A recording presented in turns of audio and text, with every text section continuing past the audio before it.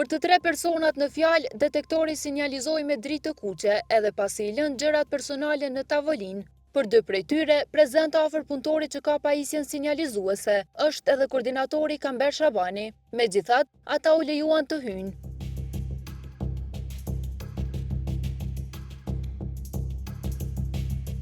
Ne si Ministri kemi ndërmarrë masat e tona administrative konform legjislacionit në fuqi, ndalohen për 3 vite në shtrimit provimit dhe mos pajisjes me patent shofer. Normal që kemi njoftuar edhe policinë, të cilët kanë marrë dhe video incizimet nga ana jonë, po procesi ku ka mbet nuk e di.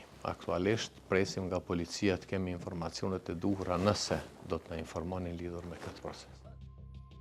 Betimi për drejtësi ka provuar të kontaktoj me 2 personat që në ndyshimin për posedim të pajisjeve të kopimit u larguan nga procesi I testimit teorik. Përkundër tentativave disa javore, kontakti me ta ishte I pamundur. Ndërsa kandidati që u identifikua pas përfundimit të provimit të tij, tha se ka hyrë në mënyrë të rregullt në testim dhe që nuk ka pasur pajisje kopjuese. Edhe kom një apëtesë dhe kem kanë tjerë për me shkollë në ministri, thanë ki kopjue. Po? Edhe kur shkollë aty dhe një ki kopjue, i thanë që ti ka mirë, që ti ka mirë. Unë më ka i thajë ki posë që rasti, ki posë që në të shka në veshë, ki posë ashtë dhe.